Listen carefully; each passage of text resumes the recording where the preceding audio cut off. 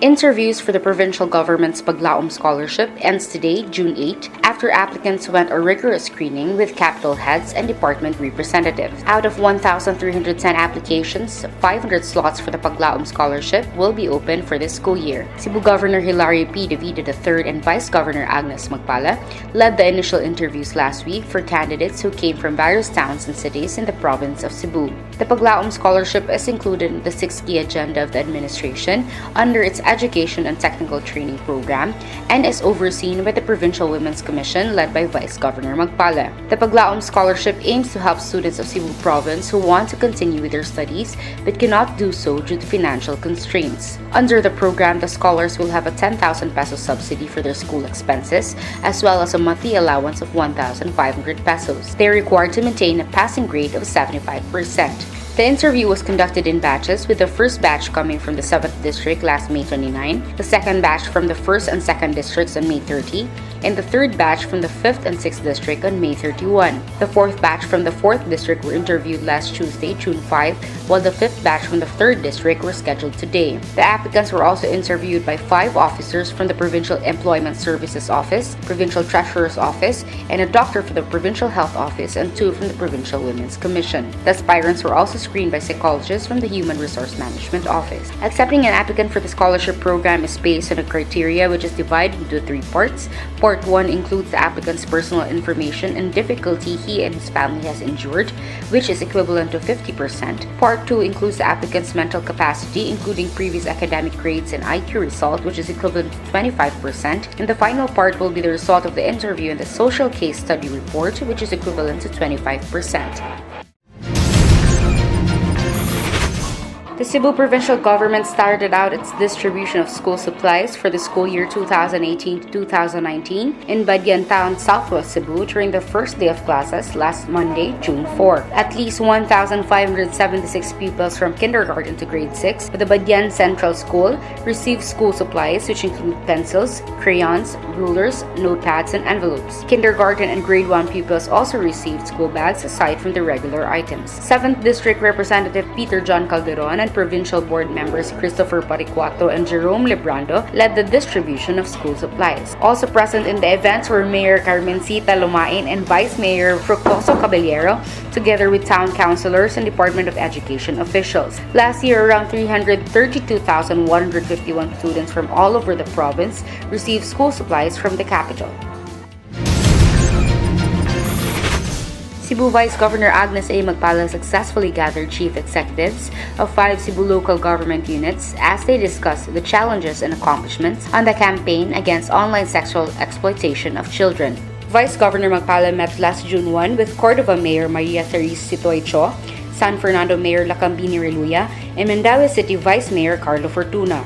Rolando Lastimosa represented Talisay City, while Bugo City Mayor Carlo Jose Martinez sent a representative. During the meeting, Regional State Prosecutor Fernando Gubalani said that Central Visayas ranked 3rd in the country's number of OSAC cases. Central Visayas is next to Central Luzon, which is 2nd, and National Capital Region, which is 1st. From 2003 to 2017, Gubalani's office has processed 357 cases involving 325 accused and 1,112 victims. Of all cases filed in court, Gubalani said courts rendered 67 decisions, convicting 42 and dismissing 25 cases. Gubalani added that one of the major reasons for dismissal is that victims no longer testify in court and that most of the victims have their parents as a suspect.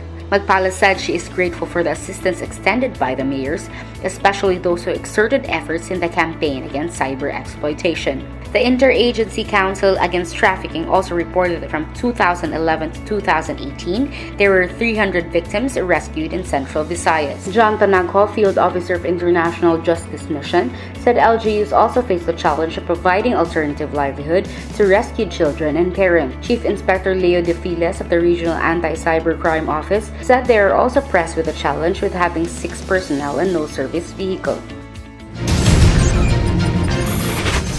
The Capitol on Monday explained that the move to hire an ad placement agency is to carry out the regular information campaign drive for its services and projects. Cebu Governor Hilario P. Davide III said the agency will take charge in placing advertisement spots in print and broadcast companies. Since placing an advertisement would require payment first policy before airing, the winning agency will be tasked to transact with radio stations on behalf of the Capitol, Davide said. In the previous years, various media materials had been carried out by the Information Office to reach out to constituents in the hinterlands. Aside from radio advertisements, the office also released monthly newspapers and magazines bearing health services and other basic government benefits. Davide said he believes that the hiring will intensify the information campaign currently enforced by the Provincial Information Office or PIO. Oscar Pineda, PIO point person on Info Campaign, said that an ad placement is a regular transaction between the LGU and media outfit but was enhanced further under its OIC, Attorney Mark Tolentino. Under the rule of the Commission on Audit, advance payment for government transaction is not allowed. The provincial government has allocated 3.2 million pesos for this project. Based on the records of the PIO, the 3.2 million pesos is allocated for advertising, contrary to rumors that the amount is the contract price for purchasing print space, television, or radio ads. Under the scheme, the agency will place an ad with the broadcast station or a newspaper firm. The Capitol would later settle its account with the ad agency after the advertisements are aired or published.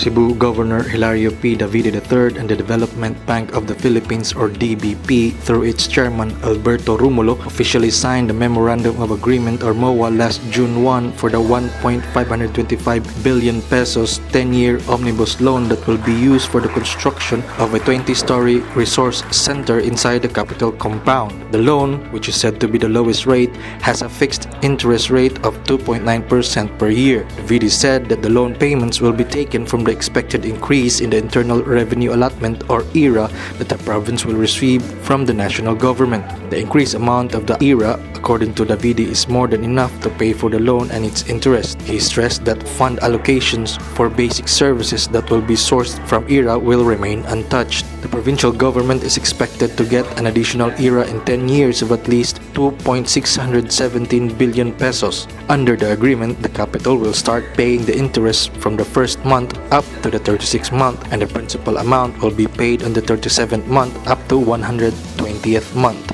Provincial Budget Officer Dani Rodas said that within the 10-year period, Capitol would pay a total of 1.760 billion pesos including interest to the DBP. For 2018, the ERA of the Capitol is 3.121 billion pesos. Rodas projected an increase of 7% or 3.340 billion pesos in 2019. The ERA increase in 2017 was 218.505 million pesos. Rodas added that summing up all ERA increases for 10 years, they arrive at a 2.6 billion pesos figure and 95% of it is 2.486 billion pesos.